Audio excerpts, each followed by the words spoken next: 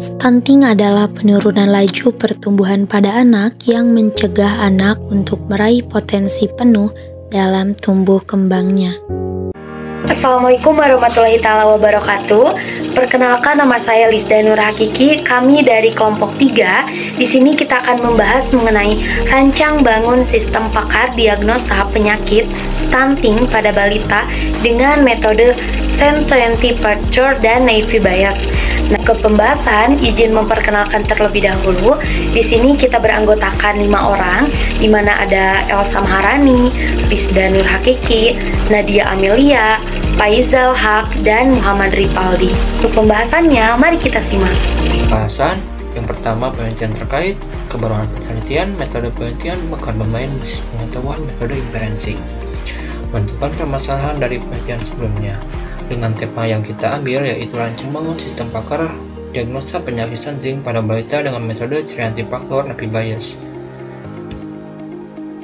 Penelitian pertama, Sapriatin Sianturi 2021 menggunakan metode naive Bayes menghasilkan sistem pakar yang diimplementasikan bisa dimanfaatkan menjadi media untuk mendeteksi keterlambatan perkembangan pada anak usia dini.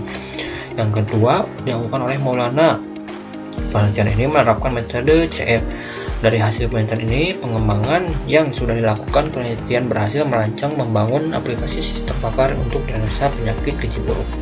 Yang ketiga, oleh Putra Munti 2022, sistem pakar yang menghasilkan suatu sistem proses diagnosa penyakit stunting dan kurang gizi. Penelitian yang keempat dilakukan oleh Fatimah, lalu yang penelitian kelima dilakukan oleh Purwanto dan Wibisono 2023 menggunakan metode algoritma similaritas KNN. Setelah meninjau dari penelitian-penelitian sebelumnya, maka penelitian ini melakukan gap atau pembaruan pada metode inferensi, yaitu dengan menggunakan scientific factor dan naive Bayes. Apa itu metode scientific factor? Adalah metode yang digunakan untuk menghitung tingkat keyakinan atau kepercayaan terhadap suatu hipotesis berdasarkan bukti atau data yang telah dikumpulkan. Lalu, sedangkan metode naive Bayes adalah metode klasifikasi probabilistik yang didasarkan kepada teorema Bayes. Metode ini menghitung probabilitas dari setiap faktor atau gejala yang ditemukan. Ini adalah metode penelitian. Peneliti berikut merupakan WBS. Ini ialah kerangka kerja penelitian yang dilakukan oleh peneliti dalam menyelesaikan permasalahan, seperti pada gambar di bawah ini.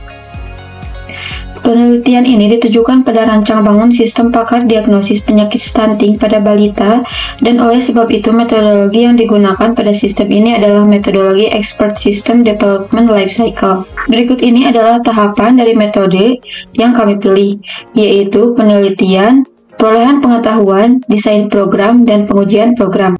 Domain pakar yang terkait, yaitu dokter ahli gizi, dokter anak, dan dokter anak psikologi di Garut. Basis pengetahuan. Aturan CF yang menunjukkan ukuran kepastian terhadap suatu fakta atau aturan. Berikut adalah formulasi dasar dari metode CF yang disajikan. Untuk yang kedua, yaitu aturan dari naive Bayes, merupakan satu dari cabang teori statistik matematik yang memungkinkan kita untuk membuat satu model ketidakpastian dari suatu kejadian yang terjadi dengan menggabungkan pengetahuan umum dengan fakta dari hasil pengamatan. Penjelasan mengenai atribut-atribut yang terdapat dalam dataset status gizi stunting balita dijabarkan sebagai berikut.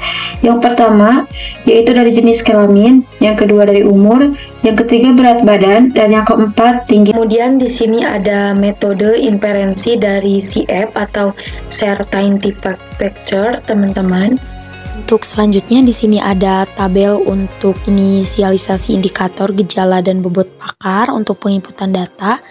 Kemudian ada tabel kemampuan untuk kognitif. Selanjutnya ada kode dan juga gejala-gejala penyakitnya. Kemudian di sini ada tingkat presentasi dan nilai keyakinan. Kemudian ada usia dan juga solusi untuk balita yang terkena stunting dan cara pencegahan untuk stunting sendiri. Kemudian ini dari hasil metode CF, yaitu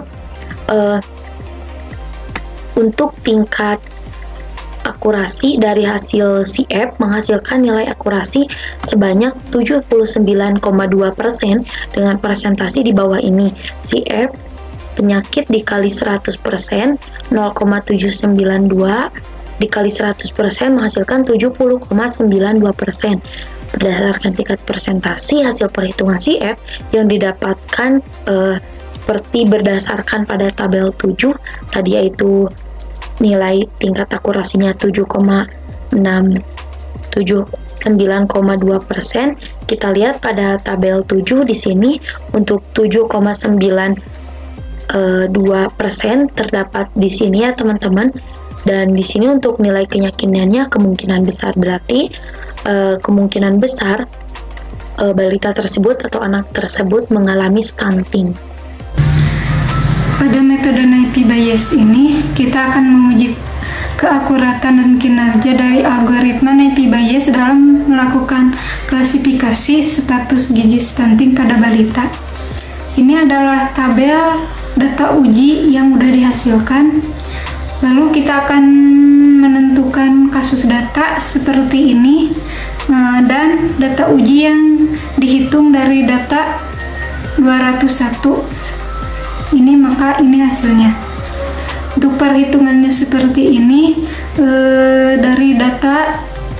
dari beberapa data lalu dibagi, maka akan hasil seperti ini.